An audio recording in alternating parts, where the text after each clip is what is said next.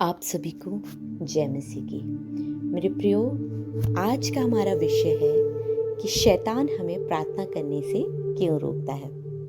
हम सब बहुत अच्छे से जानते हैं कि प्रार्थना एक विश्वास करने वाले के जीवन की सबसे बड़ी शक्ति है।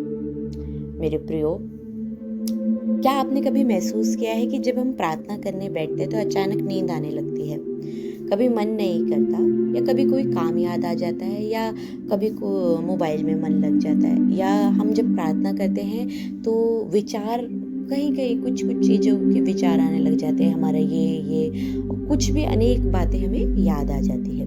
लेकिन जब वही समय हम मोबाइल देखने या किसी और काम या टीवी में या किसी से गॉसिप करने में हम करते हैं तो हमें कुछ विचार नहीं आएंगे, हम उसी पे कंसंट्रेट करेंगे, तब हमें कोई नींद नहीं आती।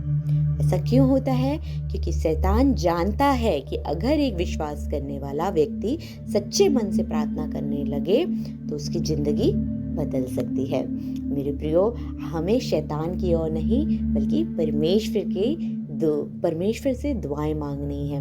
वह हमारे लिए हर एक चीज बदल सकता है। शैतान तो हमें रोक सकता है ताकि इनकी दुआएं कबूल ना हो। मेरे प्रियो, पहला पत्रस उसका 5 अध्याय उसके 8 पद में इस प्रकार से लिखा गया है, सावधान और जागते रहो, क्योंकि तुम्हारा विरोधी शैतान गरजते हुए सिंह की नाई इस खोज में रहता है कि किसे फाड़ खाए। मेरे प्रियो, प्रार्थना वे समय है जब हम सीधे परमेश्वर से बात करते हैं। जब हम प्रार्थना करते हैं तो हमें शक्ति मिलती है, हमें शांति मिलती है, हमें मार्गदर्शन मिलता है। मेरे प्रियो, शैतान हमें इसलिए भरमाता है कि इनकी कोई भी प्रार्थना, इनके घरों में शांति ना हो, इनके घरों में हमेशा कलेश बना रहे, इनके घरों में, इनके जीवन में, इनके बच्चों के जीवन में हमेशा दुख बना रहे और ये कभी भी खुश ना हो, क्योंकि शैतान इससे खूब खुश होता है। और मेरे प्रियो, याकूब उसका 4 अध्याय और उसकी 8 आयत में इस प्रकार से लिखा है, परमेश्वर के निकट आओ तो वह भी तुम्हारे निकट आएगा।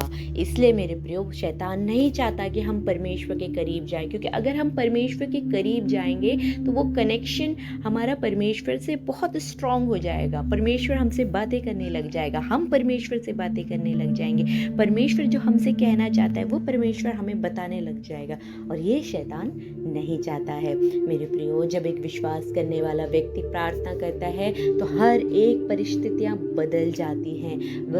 ये शैतान इस चीज को अच्छे से जानता है, इसलिए वो हमारी प्रार्थनाओं को रोकता है। याकूब 5 अध्याय उसकी 16 आयत में इस प्रकार से लिखा है, धर्मी जन की प्रभावशाली प्रार्थना बहुत कुछ कर सकती है।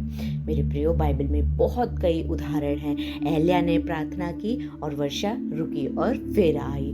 पौलुस और सिलास ने जेल में प्रार्थना की और जेल के दरवाजे खुल गए। और भी कई उदाहरण हैं जब हम बाइबल को पढ़ते हैं। इसलिए मेरे प्रियो, इसलिए शैतान डरता है कि कहीं हम प्रार्थना करना शुरू ना कर दे और उनके जीवन में अच्छे कार्य स्टार्ट ना हो जाए। वह डरता है, वह हमारी प्रार्थनाओं से डरता है, वो डरता है परमेश्वर से इनका कनेक्शन स्ट्रांग ना हो जाए, क्योंकि फिर इनका अगर परमेश्वर से कनेक्शन स्ट्रांग हो जाएगा तो कौन अकेला हो जाएगा? सिर्फ शैतान अकेला हो जाएगा। शैतान सीधे नहीं आता है मेरे प्रियो, वह बहुत चालाक है, वह बहुत चालाकी से काम करता है।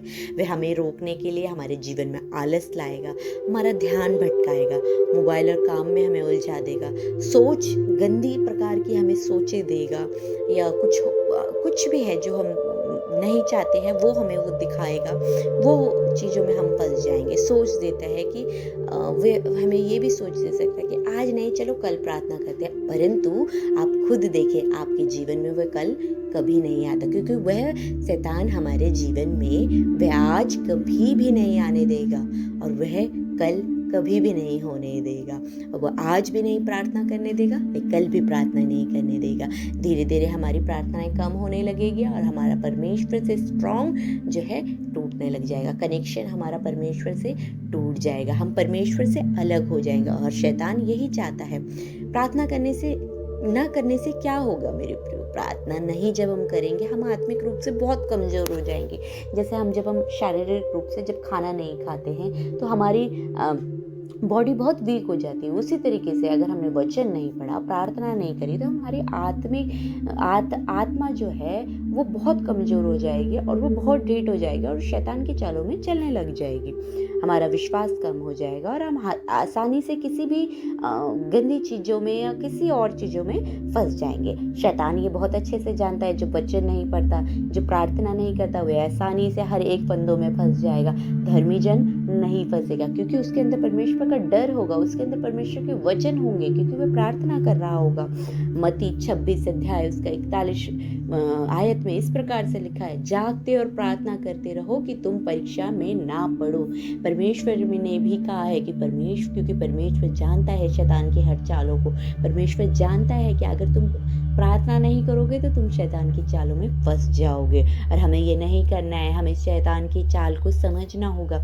इसलिए हमें क्या करना है मेरे प्रियो, हर दिन हमें प्रार्थना करनी चाहिए। सुबह और रात परमेश्वर से बात करनी चाहिए। मुश्किल समय में और भी ज़्यादा प्रार्थना करनी चाहिए, दुख समय में और भी ज़्यादा प्रार्थना करनी है। 1 थिस्सलुनीकियों 5 अध्याय उसकी 17 आयत में इस प्रकार से लिखा है, निरंतर प्रार्थना करते रहो। अपने मनों में प्रार्थना करते रहो। अपने चलते फिरते हो, कहीं भी जा रहे हो, खुली आंखों से जैसे भी अपने मन में परमेश्वर से बातें करो। हर एक दुख और अपनी हर एक विपदा अपने परमेश्वर को बताओ मेरे प्रियो। शैतान हमें प्रार्थना करने से इसलिए रोकता है क्योंकि वह जानता है कि प्रार्थना इन्हें परमेश्वर से जोड़ेगी और ये शक्तिशाली बन जाएंगे। लेकिन जब हम लगातार प्रार्थना करते हैं तो शैतान की सारी योजनाएं जो वो हमारे जीवन में करना चाहता है वो असफल हो जाती है। मेरे प्रियो, अगर आज आप भी चाहते हैं कि आपके जीवन में हर एक शैतान की काली शक्तियाँ, हर एक बुरी शक्तियाँ आपके घरों से, आपके बच्चों के जीवन से, आपके हर एक कामों से निकले, तो आज आप निरंतर प्रार्थना करें, निरंतर उस खुदा को याद रखें। वह आपके लिए हर एक काम को करेगा और शैतान आपके जीवन से, आपके घरों से, आपके हर एक परेशानियों से दूर होगा। आप सभी को जय मसीह की।